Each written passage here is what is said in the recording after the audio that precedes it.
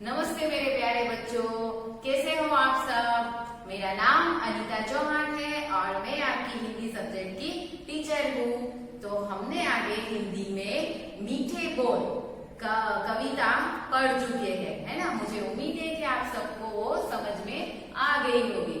तो आज हम पढ़ेंगे, हमारा पाठ है 5वां, जिसका नाम है सुंदर कमरा।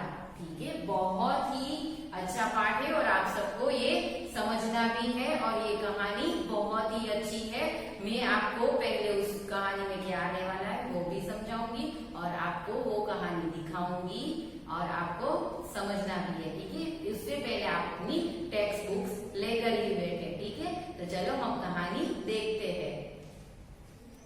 तो हम कहानी देखने से पहले कहानी में के अंदर क्या आने वाला है वो भी देख लेते हैं। ठीक है, तो इस कहानी में एक लड़की है जो अपनी मम्मी से कहती है, जब वो उसकी फ्रेंड के यहाँ गई होती है तो वो बोलती है कि मैं अपनी फ्रेंड के घर गई थी खेलने के लिए, तो मैंने उसका कमरा देखा तो बहुत ही सुंदर था कमरा, और मेरा कमरा तो देखो कितना बड़ा है, फिर भी मेरा कमरा उससे सुंदर नहीं दिखता है। तो वो अपनी मम्मी से ये सब कहती है और उसकी मम्मी भी उसे समझाती है। फिर वो बोलती है कि मेरे कमरे में 2 अलमारी है, उसके कमरे में तो एक ही थी, फिर भी उसका कमरा इतना सुंदर दिख रहा था। तो हमें इस कहानी में से ये भी सीखना है कि हमें अपने कमरे और घर कैसे स्वस्थ और सुंदर रखने चाहिए ताकि हमें पसंद आए। घर जैसा भी हो, छोटा हो बड़ा हो, लेकिन हम उसे अच्छे से रखेंगे तो वो बहुत ही सुंदर दिखेगा। छोटा घर होगा फिर भी वो बढ़िया दिखेगा। तो हम कहानी देखते हैं और फिर मैं आपको समझाऊंगी भी। ठीक है, तो चलो हम स्टार्ट करते हैं।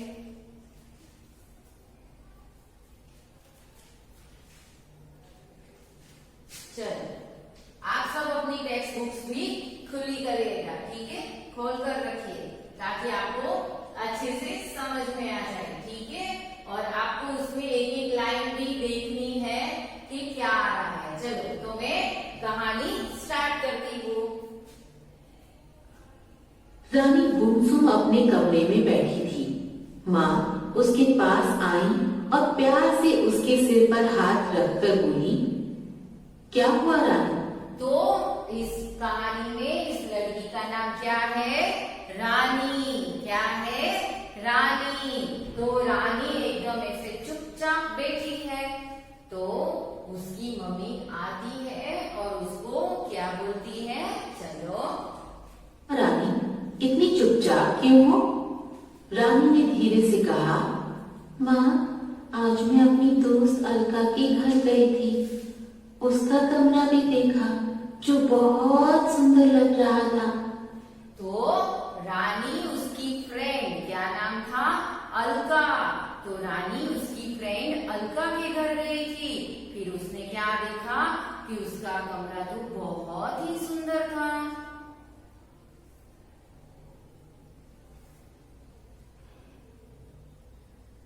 यह कहकर रानी सोच में पड़ गई। फिर बोली, लेकिन माँ उसका कमरा तो मेरे कमरे से छोटा था। मेरे कमरे में तो 2 अलमारियां हैं और उसके कमरे में केवल 1, लेकिन फिर भी उसका कमरा मेरे कमरे से सुंदर लग रहा था। माँ ने मुस्कुराते हुए पूछा, जरा सोचकर बताओ अलका के खिलौने कहाँ रखे थे? रानी ने सोचा और कहा, खिलौने तो अलमारी में रखे थे। हमने उनको निकाला, उनसे खेला और फिर अलका के कहने पर उनको वापस अलमारी में सजा कर रख दिया। रानी फिर बोली, तो माँ आप सबने देखा रानी अलका के घर खेलने के लिए गई थी और फिर उसने ये भी देखा, सोचा कि भाई अलका ने तो खिलौने निकाले, हम दोनों ने खेले, फिर वापस कहाँ रख दिया? अपनी अलमारी में। तो हम भी जो चीज ये जहाँ से लेते हैं वही चीज वहां पर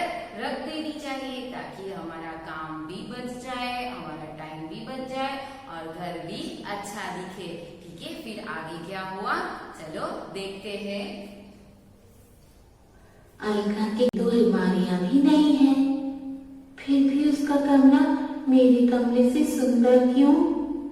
माँ ने रानी को अपने पास बैठाया और बोली, रानी, तुम्हारा कमरा अलका के कमरे की तरह सुंदर इसलिए नहीं लग रहा है क्योंकि तुम अपने कमरे को ठीक से नहीं रखती हो। देखो, चारों ओर कागज के टुकड़े पड़े हैं, जूते चप्पल इधर उधर फेंके हैं, खिलौने और किताबें तुम्हारे बिस्तर पर पड़ी हैं। रानी ने पूरे कमरे को एक बार ध्यान रानी ने बोला कि अलका के कमरे में तो एक ही अलमारी है, वो भी छोटी, मेरे कमरे में तो 2 अलमारी है, फिर भी उसका कमरा इतना सुंदर दिख रहा था। फिर रानी की मम्मी ने उसको समझाया कि बेटा तुम्हारा भी कमरा अलका की कमरा की जैसे सुंदर बन सकता है, तो देखो क्यों नहीं है। फिर मम्मी ने बताया कि तेरे कमरे में देख कागज इधर उधर पड़े हैं, खिलौने इधर उधर है, तू सही जगह पे रखती नहीं है, तो तुम्हें भी अलका के जैसे सारी चीजें जहाँ से ले रही हो वहाँ ही रखनी चाहिए। फिर क्या होता है चलो देखते हैं। ध्यान से देखा और बोली, माँ आप ठीक कह रही हैं।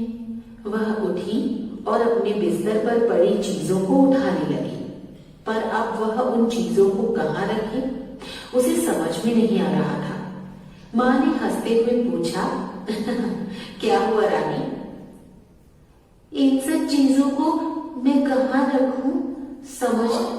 रानी को समझ में नहीं आ रहा था कि मैं इन सब चीजों को कहाँ पे रखूं, क्योंकि उसने पहले कभी किया नहीं था ना। अपनी सारी चीजें देखो कैसे बिखर के रखती है, ये बोल, खिलौने, किताबें, कागज सारी देखो बेड पर, आप सबको दिखाई दे रहा है ना, हमारी पाठ्य पुस्तक में भी ये सब है। तो अब उसकी मम्मी उसको क्या समझाती है, कैसे रखना चाहिए, चलो देखते हैं। समझ में नहीं आ रहा है, रानी बोली, अलमारी में रख दो। यह कहते हुए माँ ने अलमारी खोल दी। रानी ने धीरे धीरे सारे खिलौने अलमारी में सजा दिए। कुछ ही समय में सारे खिलौने अलमारी में सज गए। अब आई किताबों की बारी, वे भी दूसरी अलमारी में सज गई। माँ ने धीरे धीरे रानी ने सारी चीजें, मम्मी ने कहा जो खिलौने हैं वो अलमारी में रख दो और जो किताबें हैं और उसे भी अलमारी में रख दो। तो धीरे धीरे उसने सारी चीजें इसमें अलमारी में रख दी, तो उसका धीरे धीरे कमरा सुंदर बन रहा है। तो चलो हम आगे भी देखते हैं। मजा आ रहा है ना आप सबको देखने के लिए? आपको भी आपका कमरा ऐसे ही सुंदर बनाना है, ठीक है? चलो हम आगे देखते हैं। नई चादर व तकिया लगा दिया। लाल पीले रंग की चादर से कमरा और भी सुंदर हो गया, पर मेज कुर्सी अभी भी गंदी थी। माँ बोली, देखो रानी, जब चीजें बिखरी रहती हैं तो मेज कुर्सी की सफाई भी ठीक से नहीं हो पाती है। रानी ने माँ की मदद से मेज कुर्सी को झाड़ा और खिड़कियों के पर्दे खोल दिए। बाहर की शुद्ध हवा कमरे में आने लगी और कमरा जगमगा गया। अचानक रानी ने देखा कि एक चिड़िया खिड़की पर बैठी और चहचहाने लगी। रानी को लगा, तो आप सबने देखा रानी ने अपना कमरा कैसे सुंदर बनाया। सारी चीजें अलमारी में रख दी और बेडशीट की जो चादर थी वो भी उसने बदल दी। फिर उसका जो टेबल था वो भी उसने अच्छे से कर दिया। फिर उसके कमरे की सजावट तो एकदम ही सुंदर लग रही थी। फिर उसकी खिड़की पे एक चिड़िया आई, उससे बहुत खुश हुई। ठीक है, फिर देखते हैं हम। लगा कि वह कह रही है, रानी तुम्हारा कमरा बहुत सुंदर है। सीख, हमें अपने कमरे को साफ सुथरा रखना चाहिए। तो जैसे चिड़िया आई और रानी को बोलने लगी कि तुम्हारा कमरा तो बहुत ही सुंदर है, तो हमें क्या सीख मिलती है इसमें से? हमें अपने कमरे को साफ सुथरा रखना चाहिए। ठीक है, तो आज से आप भी अपने कमरे को स्वस्थ सही तरीके से रखेंगे और सुंदर रखेंगे, सारी चीजें को सही जगह पर रखेंगे। ठीक है, आप सबको ऐसे करना है। हाँ, तो चलो हम इस वीडियो में